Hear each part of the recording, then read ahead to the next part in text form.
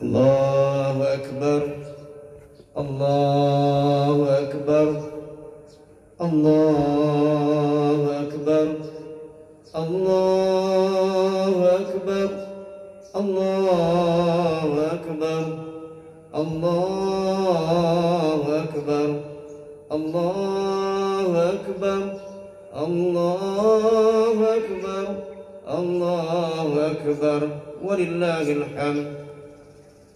Alhamdulillahi wahdah, sadaqa wa'dah, wa nasara 'abdah, wa 'azza jundah, wa hazamal ahzaba wahdah. Allahumma fasalli wa sallim ala Sayyidina Muhammad wa ala alihi wa sahbihi wa walah.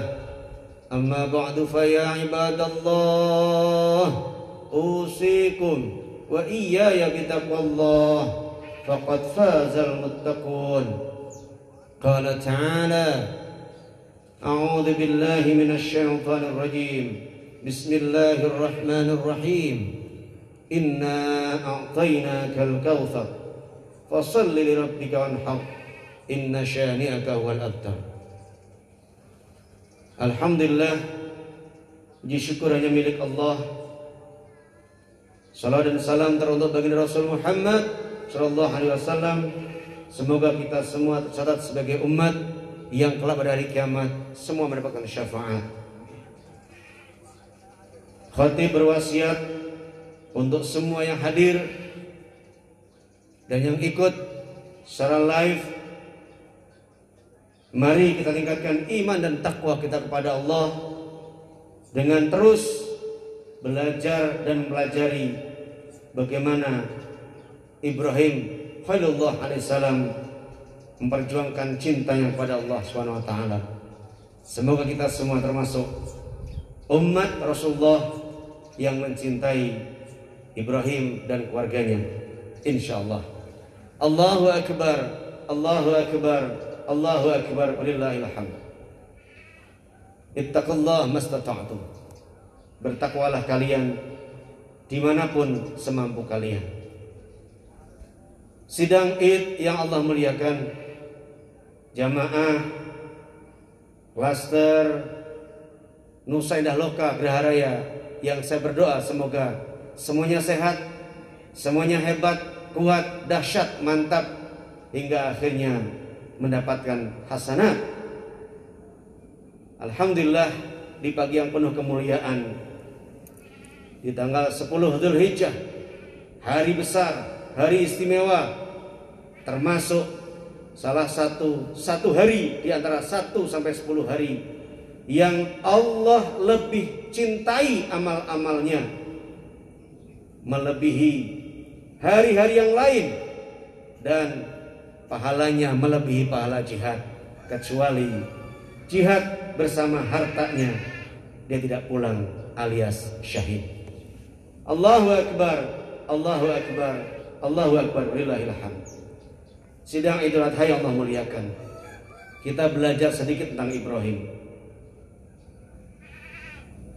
Nabi Ibrahim alaihissalam diperintahkan oleh Allah untuk berdakwah di negeri yang jarang orang, yang tandus.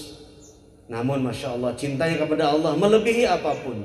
Suatu ketika diberilah putra bersama istri yang tercinta, Ibunda Siti Hajar, yang pertama belum punya anak.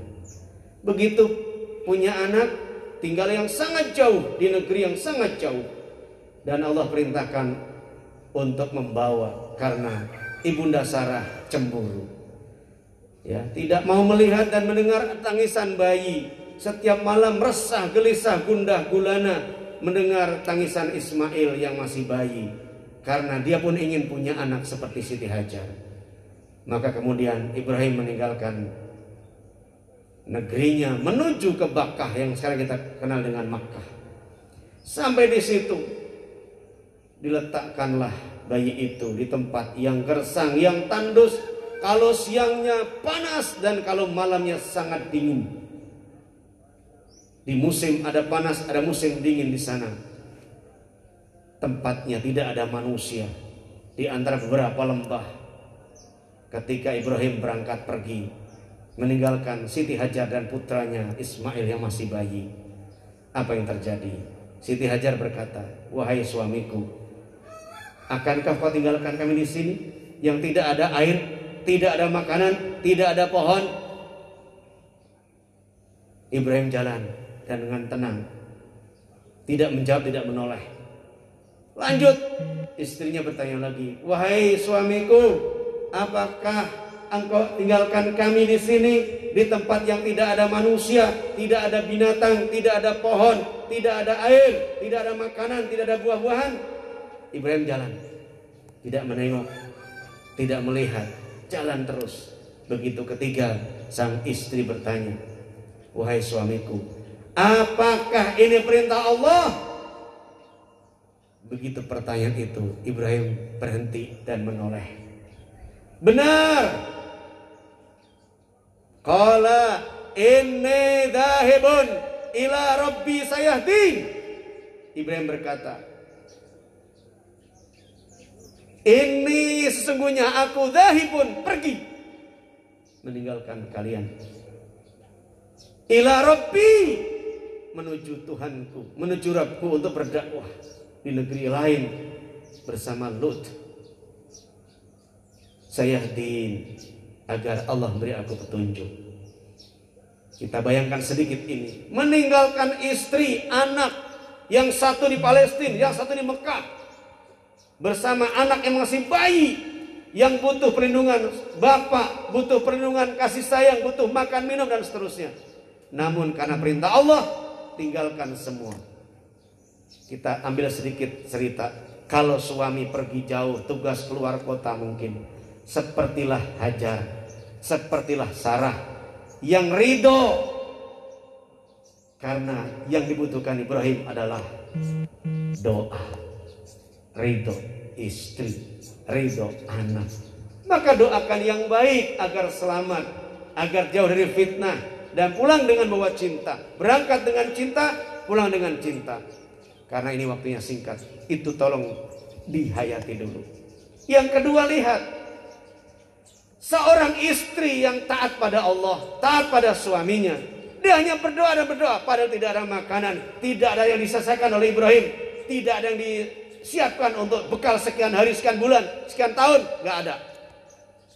Tapi karena ketakwaan kepada Allah, kepasrahan kepada Allah, wa may yatawakkal 'ala Allah fa huwa hasbuh. Siapa orang yang bertawakal kepada Allah, maka Allah akan cukupkan semua kebutuhannya. Wa may yattaqillah yaj'al makhraja. Dan siapa yang bertakwa kepada Allah, maka Allah akan berikan solusi. Tapi dalam tawakalnya Siti Hajar, kita lihat, tetap dia jalan mencari air. Ketika hari kedua, ketiga, keempat, lama-lama mohon maaf, air susu ibunya habis, kering. Dan Ismail maaf, begitu diinisiasi, ditaruh di situ, udah enggak doyan, emoh, dilepeh bahasa Jawanya. Udah enggak ada isinya, diemut-emut doang, maka menangis tetap. Menangislah sang bayi, dan seterusnya, diletakkanlah di lembah itu. Kemudian Hajar lari mencari air. Padahal udah tahu nggak mungkin ada air di bukit yang gersang, yang panas, yang tandus. Isinya adalah batu dan pasir. Mana mungkin ada air? Bagaimana ada sumber? Tapi ketakwaan dan ketawakalannya menginspirasi untuk berusaha yang paling penting. Dia mencari. Naiklah ke bukit Sofa. Lihat ke arah Marwa. Ternyata ada fata morgana, seperti air, dikejar ke sana. Sampai naik lagi ke bukit Marwa. Melihat ke seberang sana, ada air, dipanen lagi. Sampai 7 kali bolak-balik. Dan ternyata pada yang sama, malaikat membisikkan, air ada di kaki anakmu. Tolong bayangkan sejenak. Bapaknya di mana, ibunya di mana, tapi rizkinya di bawah kaki anaknya. Ibu kalau anaknya pesantren, ikhlas dan ridhokan. Anak di sana belajar, biarkan dia menangis, ibu menangis. Tapi lihat 6 tahun berikutnya. Itu gambaran bahwa bapaknya Ibrahim, ibunya Hajar, melepaskan anaknya untuk dididik oleh Allah bersama para asatid, bersama para guru di pesantren. Anaknya mungkin kuliah di daerah Surabaya, di Bandung, dan seterusnya. Jangan disesali, jangan ditakuti, jangan ditangisi. Mereka sedang berjuang seperti Ismail. Tung ibu segelar sajadah, berdoa, ya Allah, anakku, anakku, anakku, ya Allah, suamiku, selamatkan dia, berikan iman yang kuat, ilmu yang mantap, manfaat kelak. Tahu-tahu kita diundang ke sana, anak kita tersebut A bin C, predikat terbaik, masya Allah, menangislah kita. Ismail sampai remaja ditinggalkan bapaknya. Bapak datang bertanya pada kafilah, hei, lihat kau Ismail? Apa kau lihat Ismail? Tidak. Satu lagi, lihat Ismail? Oh, saya lihat Ismail di sekitar Arafah. Benar, dicari di sana ada Ismail sedang mengembalakan. Dan begitu ketemu, baru seharian, baru sebentar ketemu, malamnya tidur bareng sekitar Mina, Musdalifah, dan Arafah. Mimpi sang bapak, ya bunayya inni ara fil manam anni adbauka fangdur madza taro, ya abatif al ma tu'mar satajidni insyaallah minas sabirin. Ismail didik oleh Allah, didik oleh ibunda, didik oleh alam, ketakwaan, kepasrahan. Maka apa yang terjadi? Ketemu sang bapak, baru lihat itu, tidur bersama, malamnya bermimpi. Ketika umurnya sudah belasan tahun, sudah mulai bisa usaha sendiri. Falamma balagha ma'sa'ya, ketika sudah balik, sudah sampai saatnya dia bisa usaha sendiri, remaja lah bahasa kitanya. Malam seperti, wahai anakku, panggilan mesra. Ya bunayya, wahai anandaku, bukan hei bocah, enggak. Wahai anandaku yang ku sayangi, ya bunayya, inni ara fil manam, sesungguhnya ayahmu melihat dalam mimpi. Anni adhauka, sesungguhnya ayah menyembelih kamu nak. Ayah yang baik, lihat. Fangdur madza taro, apa pendapatmu? Apa pendapatmu? Bagaimana nak? Komunikasi. Yang kedua, yang ketiga, terjadi komunikasi. Mau beli mobil, mau beli apa, komunikasi. Mau kuliah di mana nak, komunikasi. Enggak pakai kamu pokoknya, enggak. Orang tua yang seperti Ibrahim, ibunda seperti Hajar, ayo kuliah sesuai dengan imanmu, tapi bapak ibu berdoa saja. Ibrahim ketemu, kemudian malamnya mimpi, lalu ditanya, ayah menyembelih kamu nak, bagaimana pendapatmu? Ibrahim yang punya anak yang soleh, anak-anak kita yang soleh, insya Allah, apa jawabannya? Ya abati, wahai ayahandaku, bukan cuma wahai abah, enggak, wahai ayahandaku. Panggilan mesra, penuh kasih sayang, penuh cinta. If'al ma tu'mar, lakukan apapun yang diperintahkan Allah kepadamu. Itu anak yang soleh. Ketika bapaknya membangunkan subuh, ayo nak, sebelumnya tahajud, ayo nak, ke musola, ke masjid. Baik ayah, kita berangkat bareng. Itu anak soleh. Ayo nak bangun, sholat bersama bunda di rumah. Ayo bun, kita bangun. Ini mah Ismail yang sekarang, bangun, mak aja duluan bangun. Ismail hari ini, yuk kita ciptakan, kita minta kepada Allah, kita lahirkan seperti Ismail anak Ibrahim. Semoga yaitu begitu diperintahkan langsung lakukan ayah, lakukan ayah. Itu baru Ismail modern, Ismail keren. Dan saya yakin di sini punya Ismail yang itu. Amin. Dan anak ini pada mendengar nih, pada bikin keberkataan. Ayah juga kagak bangun, ayah gue kagak ke masjid, ayah gue kagak ngaji. Nah sekarang dibalikin tuh, Ibrahim yang mana?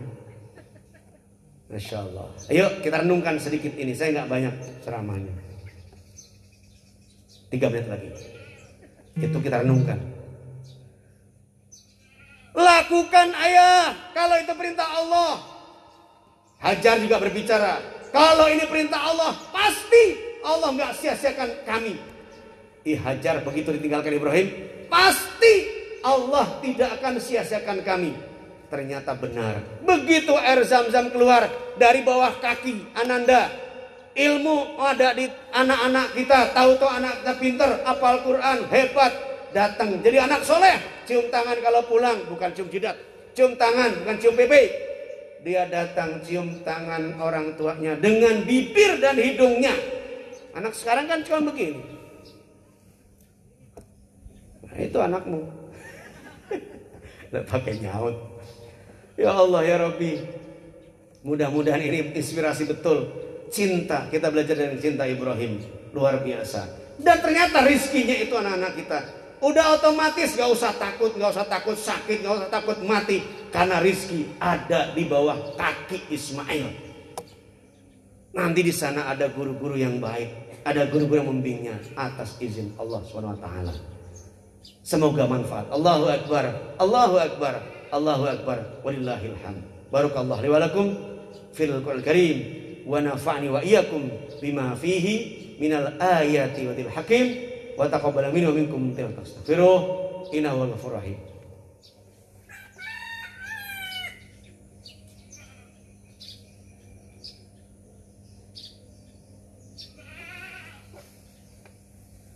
Allahu Akbar, Allahu Akbar, Allahu Akbar, Allahu Akbar, Allahu Akbar, Allahu Akbar, Allahu Akbar, walillahil hamd. Alhamdulillah, alhamdulillah hamdan katsiran kama amar. Asyhadu an la ilaha illallah wahdahu la syarika lah wa asyhadu anna Muhammadan abduhu wa rasuluhu la nabiyya ba'dah. Allahumma fashalli wa sallim ala sayyidina Muhammad wa ala alihi wa sahbihi wa wala, amma ba'du. Qala ta'ala wa qalu rabbana inna ata'na sadatana wa kubara'ana fa adalluna as-sabila rabbana atihim dhi'fayn 'adab wal 'anhum la'nan kabira. Shadaqallahu nazim. Di akhir khutbah saya ini saya baca 2 ayat surah Al-Ahzab ayat 67 68. Perhatikan baik-baik. Anak yang tidak dididik dengan agama dengan baik. Ayat ini berbicara. Mereka berkata, mereka berkata, Rabbana inna ata'na sadatana wa kubara'ana fa'adalluna sabila. Mohon izin sebelum doa. Kami ini orang-orang yang taat pada pembesar kami, orang-orang tua kami, pemimpin kami taat. Ata'na sadatana wa kubara'ana, taat pada pemimpin kami, orang tua besar kami, RT RW kami taat. Fa'adalluna sabila, sampai akhirnya kami tersesat. Kenapa? Taat dalam perintah-perintah, tapi saya tidak diajarkan agama. Kata anak nih, kata rakyat nih. Rabbana atihim dhi'fainil adab wal anhum la'nan kabira. Karena aku tersesat ya Allah, aku gak didik orang tuaku. Orang tuaku subuh ke masjid, aku gak diajak. Orang tua pengajian, aku gak diajak. Sekarang aku pegang handphone, main gadget sepanjang hari, sepanjang malam. Bahkan kalau malam pura-pura tidur, di balik selimut tetap pegang handphone. Subuhnya kesiangan, sendirian sholatnya. Aku tersesat. Bukan karena aku, tapi orang tuaku membiarkan. Orang tuaku tidak perintahkan, tidak diajarkan dengan baik, tidak dibiasakan sejak kecil. Rabbana atihim dhi'fainil adab. Ya Allah, berikan pada mereka 2 kali lipat dhi'faini minal adab. 2 kali lipat adab. Wal anhum la'nan kabira, dan laknatlah mereka sebesar-besar laknat. Rakyat, anak, pemuda yang tidak diarahkan dengan baik oleh pemimpinnya, orang tuanya, dan seterusnya, dia protes pada Allah. Orang tuh masuk surga, enggak jadi. Hei, jangan masuk surga dulu. Tuh anakmu. Iya, protes tuh. dia berdoa agar Allah ngasih 2 kali lipat azab kepada orang itu. Naudzubillah min dzalik. Semoga ini menginspirasi kita menjadi Ibrahim, menjadi Hajar, menjadi Sarah, dan menjadi Ismail dan keturunannya, insya Allah. Semoga. Bismillahirrahmanirrahim. Allahumma ighfir lil mu'minin wal mu'minat wal muslimin wal muslimat al ahya'i minhum wal amwat innaka sami'un qaribun mujibud da'awat wa ya qadiyal hajat. Allahumma sujudal muslimin wa asyikal wahidin wa ahlikil kafatal musyrikin. Allahumma zalzil aqtamahum, Allahumma badil samahum, Allahumma farik jamahum, Allahumma sallallahu alaihim. Rabbana atina min ladunka rahmah wa hayyi' lana min rashada. Rabbana zalamna anfusana wa illam taghfir lana wa tarhamna lanakunanna khasirin. Rabbana atina fid dunya hasanah wa fil akhirati hasanah wa qina adzabannar wa adkhilna jannata wal abrar ya aziz ya ghaffar ya rabbal alamin walhamdulillahi rabbil alamin. Allahu akbar, Allahu akbar, Allahu akbar. La ilaha illallah, wallahu akbar, Allahu akbar, walillahil hamd. Terima kasih, mohon maaf. Wassalamualaikum warahmatullahi wabarakatuh.